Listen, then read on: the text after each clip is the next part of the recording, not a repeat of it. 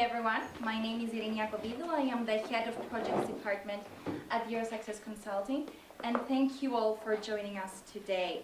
And welcome to our panel discussion, Bridging Inclusion and Employment, from Dialogue to Action. It is exactly what we want to achieve here. Our goal today is simple: bring together the perspectives of employers, migrant women, trainers, and employment support professionals in order to identify key gaps that affect inclusion and access to work in Cyprus. I am beyond honored to moderate the discussion between these three inspiring ladies, and our goal today is to come up with a threefold action plan. One, what employers can do to create more inclusive environments. Two, what migrant women need to access opportunities with confidence. And three, how can trainers and support organizations bridge the gap between skills, employment, and integration. So without any further ado, I would like to introduce our speakers today, starting with Mrs. Tina, the Director and Agent of CEP Private Employment Agency Nicosia, with extensive experience in recruitment, migration, and immigration services. She supports Cypriot employers identify and bring talent from third countries while helping foreign workers access legal employment opportunities. Her work focuses on bridging workforce with skills, employment regulations, and migration procedures.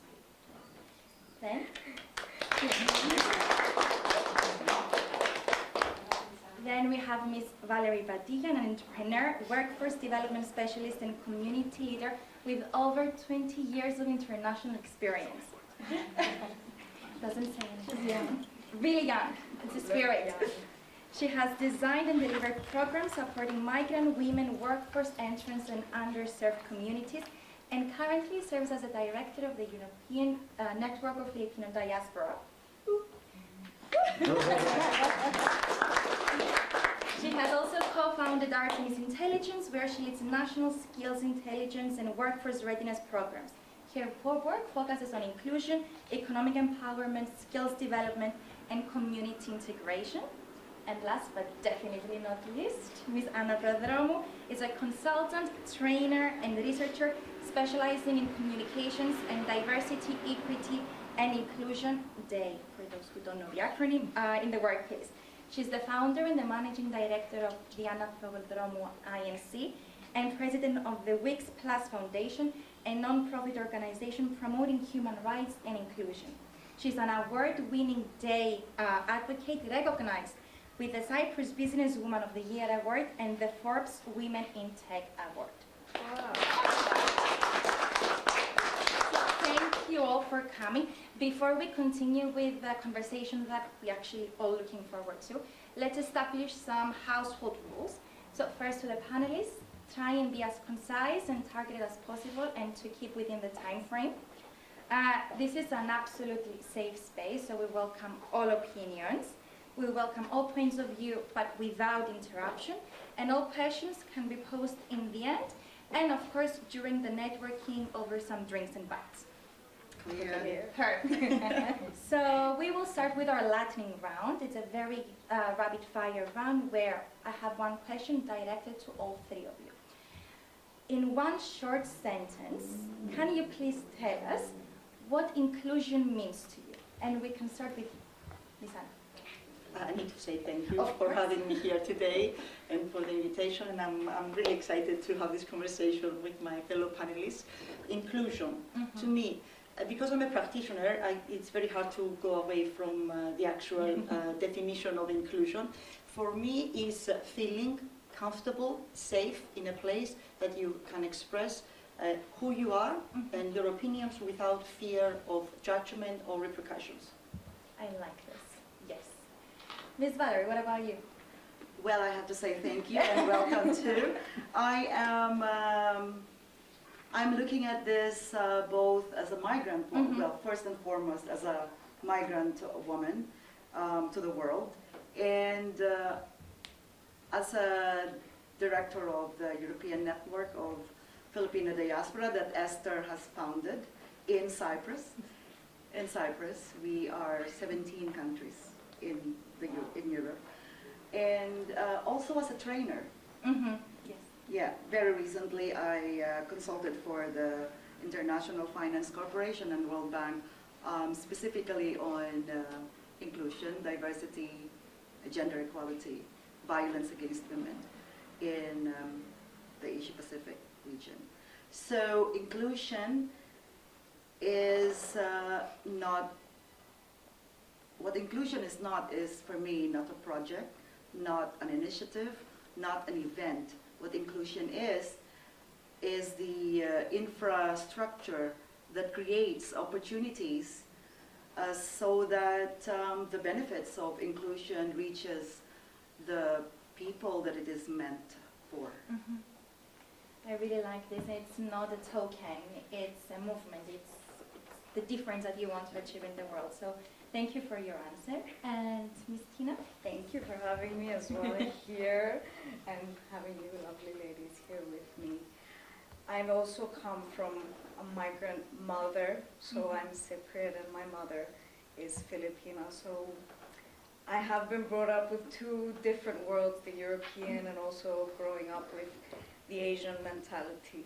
So I was going to end with it, so I'm going to start with it. For me, it's about empowerment, and for me, it's also accepting difference. That's what it means to me. And I think because I also see the employers and the employees, I'm always that bridge that allows them to see the differences between both of them, but also the similarities between both of them. Perfect. And I think this is the perfect segue to the first theme within inclusion. And my question would be to you, Ms. Anna. What are some signs that workplaces may be diverse on paper, but actually in practice they are not? And let me say, you mentioned that it's like there's a trendy thing, Yes. inclusion. Actually, not really anymore, Okay. especially because the changes with the government in the US, and unfortunately it affects all of us. So I think now it's even, I mean, the work that I do, it's illegal in the US at the moment. So it's not really, before we started, getting into the doors of organizations, there's a pushback again. But we're still pushing, don't worry. So you asked me, what are the signs that on paper some workplaces might be diverse and inclusive, but in practice they are not. Yeah, it's very simple. If it's an organization that they go out with numbers, but the numbers just show how many people they have, let's say how many women they have, how many men, or how many foreigners, how many Cypriots and all that, without exactly seeing what positions do these people hold in the organization, then that means that this is not really inclusion. It means that you're just, because I like to be very honest from the beginning. I've been to organizations that they said that they had, like 30% of migrant women working, and they were all cleaners. Yes. So I wanted to see these women in leadership positions. That is not diversity. That is diversity only on paper. And unfortunately, we see it a lot, but there is progress, I must say.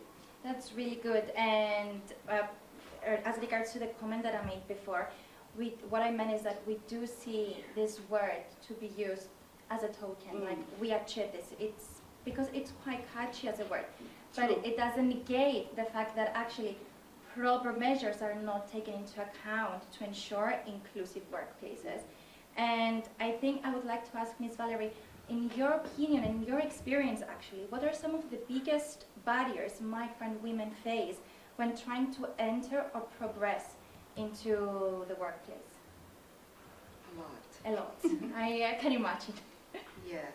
Especially your nation. Some of the barriers are structural. For example, credentials, visas. These are systemic, these are structural. And these are something that it doesn't matter how many events we organize and talk about it. It doesn't matter how many participation we encourage our migrant women to go to. We cannot really move the needle. Yes. It's there. The other barriers are practical. But then the other barriers are also the women themselves. So I've been there, I have excluded myself. I was having this conversation with my co-founder, Michael Gars, who, by the way, is a migrant, at the same time a homecoming boy, because he's half Greek. And this morning, and I said, you know, Michael, I'm also not doing enough. I mean, I'm going to go there and talk about inclusion when I was not doing enough. How many opportunities have I said no to because I had other priorities, when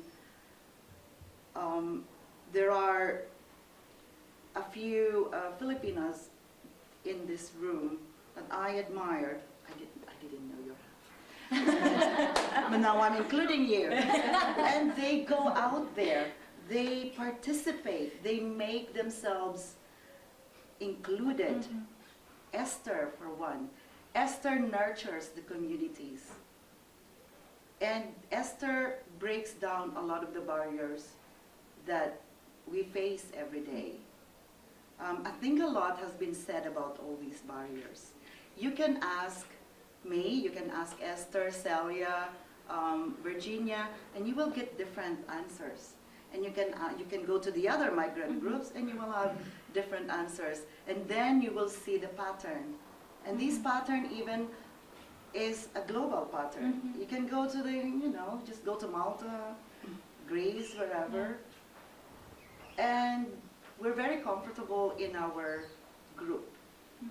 I'm going to go, I told Esther I'm going to put you on spotlight. So again, there are community leaders like Esther who, yes, nurture the group, but then what Esther also does is takes the group and takes them to other groups, takes them to the wider communities of Cyprus. And there's only a few, like a million some of us here of different communities, right? So there are a lot of barriers, yes, and we can spend the whole night talking about the barriers, but we can also talk about what we can see other people doing with those barriers. Some of them are very obvious, like visa problems. Once you get to a certain sector, you are going to be there forever. Domestic worker, working in a restaurant, you're going to be there. I mean, you cannot, because structural problem, visa problem. And also the credentials, recognition or non-recognition. So I can go on, but yes. But I feel millions of discussions, and I wish we had all the time in the world. But I'll stand firstly on the culture shock away from their family. While we never do that. We wouldn't go out there and go for 2, 3. It's like I try to bring this empathy again. It's not just about here's the CV, here's this person, here's their face, and here's their phone. Now, if we want to move forward from this reality and how we can envision a potential future, follow-up women often wish they had known before employment opportunities, regulations. Those are the most important thing. Every time I meet up with the employer, is this the first time? I assist through those questions.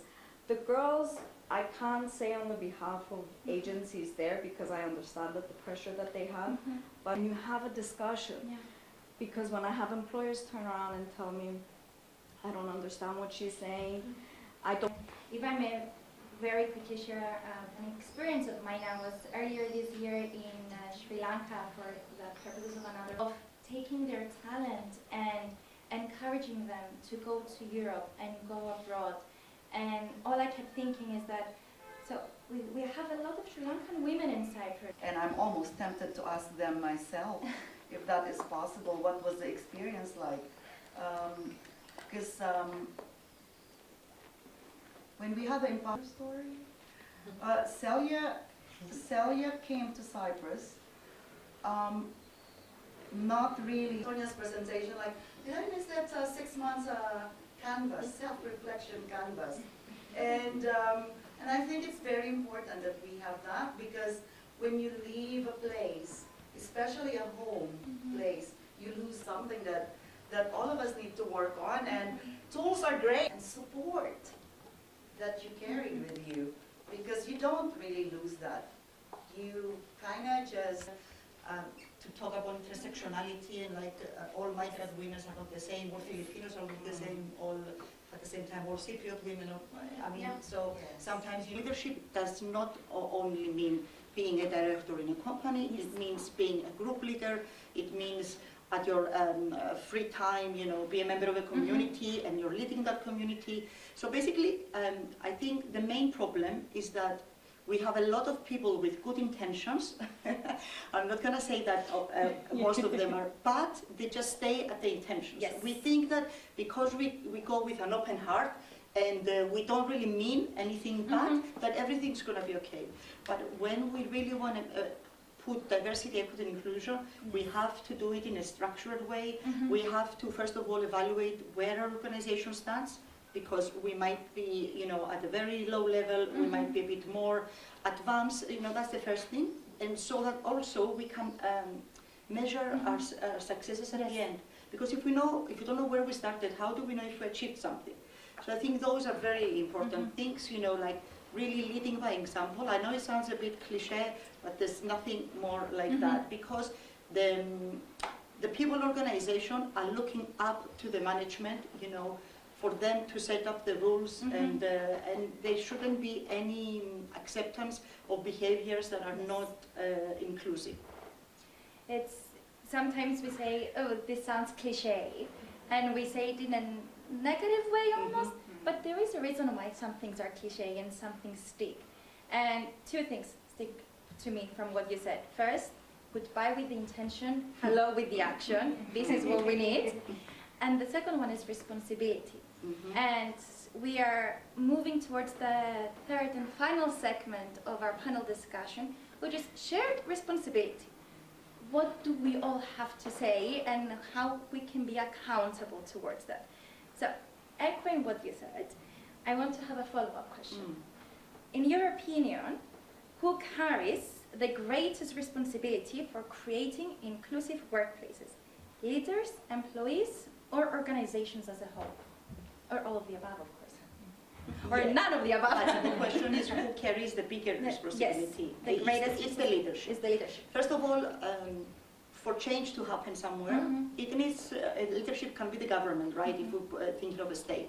For change to come from the bottom down, it has to be a revolution. Yes, beauty. There's no other way, right? So we don't really want to come to that point that people are going to revolute. But we see that it's happening, right? Yes. At some point, big organizations, you know, are in the center of the attention because they're doing something, some negative practices, and people really.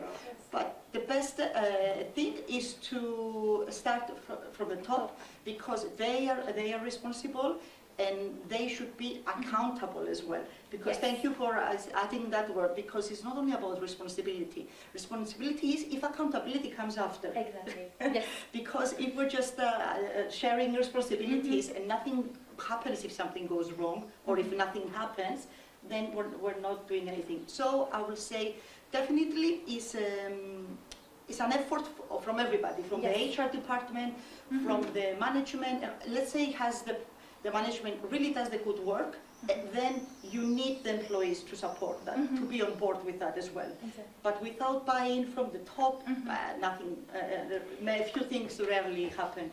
The situation is a bit grim. So thank you for that. And so we talked about the importance of leadership. Now let's go back to the introspective lens and say about the migrant women, our target group. What responsibility do migrant women carry and share in shaping their own professional journey? And if I may add, what would you say to a migrant woman who feels disencouraged and unmotivated? What would you say to this woman? I know what I would say. I mean, if your credentials are not recognized, the last thing I will not say is lean in, get, you know, etc., etc.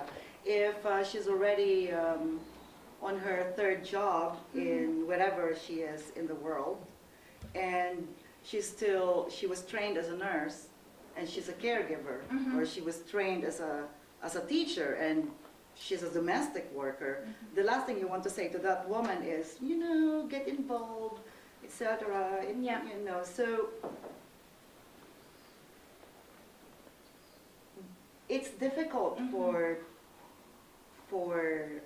migrant women coming from poorer countries.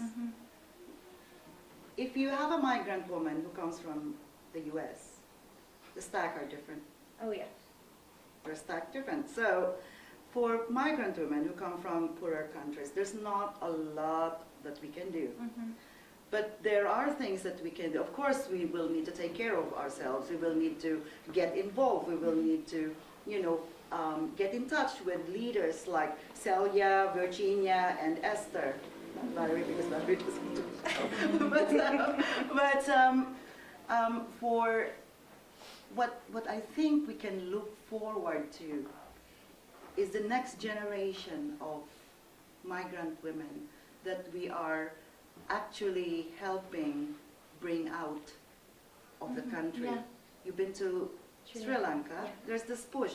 You deal with a lot of people there. The first thing that we do, we sponsor the neighbor. We sponsor our younger people. So, but what do we encourage them to? Migration is a great thing. It makes the world go around. So, what do we propose? What do we then encourage them to do? We need to encourage them to look for other jobs. Yeah. Go and finish your school. Be very strategic in what you want to spend time on, and let's not, because now we're doing this job and a lot of our money goes into educating our families, and what do we want them to do? Come and follow us, right? Yeah. But follow us as what? So we need to start looking at opportunities that may not be open to us, but may be open to them. That's, I think, we can do. Not so much, I mean, just take care of yourself and do your job well. And if there are opportunities, grab. But I don't think you will.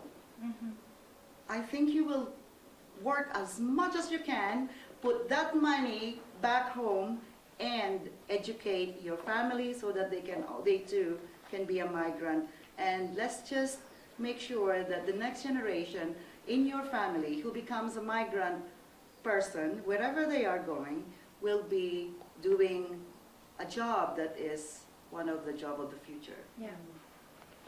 This is really nice. Thank you so much for sharing. And if I may, there is this new thing that is happening slowly with the EU. It's called micro-credentials. And I think it could be beneficial if you have experience with it, and we can talk later about that. But all I kept thinking is that there is a possibility. It might not be fully tested and perfect, but we could see how we can help through micro-credentials. That would be great. Yeah. I hope it's really micro, because these It's ladies, specific skills. they only have one Saturday, Sunday holiday, so it needs to be very micro. They will be very micro, but we can speak and see what we can do to help the community here in the beginning and then slowly build it up. But micro-credentials are, in general, recognized in the EU. So perhaps it could be a light across the tunnel, but let's talk later about that. Let's talk later. Yes. And the last question, and my last question would be about trust, basically. It's because it's something that hasn't been touched upon, and I'm curious why we haven't touched upon trust. And I wanted to ask you, Tina, how can we build trust between migrant women and their communities and with the employers, and trust in the future and in their relationships? Because you're the intermediary, you get the experience of all. I'll tell you, it comes from me, and I'm not gonna lie. I could also vouch for other agents and co-workers. It really comes from me, because transparency is very important to me. And in my office and with my clients and the types of clients. that I get, I think it's very hard to bring two continents together and make them trust one another. Yeah. I mean, I'm bringing two different cultures who, I mean, especially in the domestic aspect, there's a lot of elder people who are looking for domestic workers here, who haven't traveled, who lived all their lives here in Cyprus, just living here. So how do I bring those two cultures together? I mean, the majority of the time is like, how do I bring someone from third country national who doesn't speak the language, who doesn't eat the food that I eat, who doesn't believe in the religion that I believe? Because trust comes from there. Yeah. Trust comes with common religion. Trust comes sometimes with color, unfortunately. Trust comes with familiarity. So I have to break those barriers with the trust. So I understand there's stigmas out there which we need to discuss, and we need to break those stigmas about the color, the look, the food, because then there's the Indian culture. Yeah. Have a very different type of food. We're not similar to the Cypriot. So even that small tweak of making them understand that, you know, but this is about respecting. And so I think trust comes once you start respecting one another. And I know it's a very difficult job for me to do, to have that. I am very lucky that majority of my clients are also close to my beliefs. And I hope that spreads. But I think when you start to respect one another, that's when the trust will come. And I'm sure, I can guarantee that they can even get along with just food and similarities in religion, let's say. In terms of what has been discussed today and what you will be taking home with you, and let's see if this will be the action plan that we discussed. And I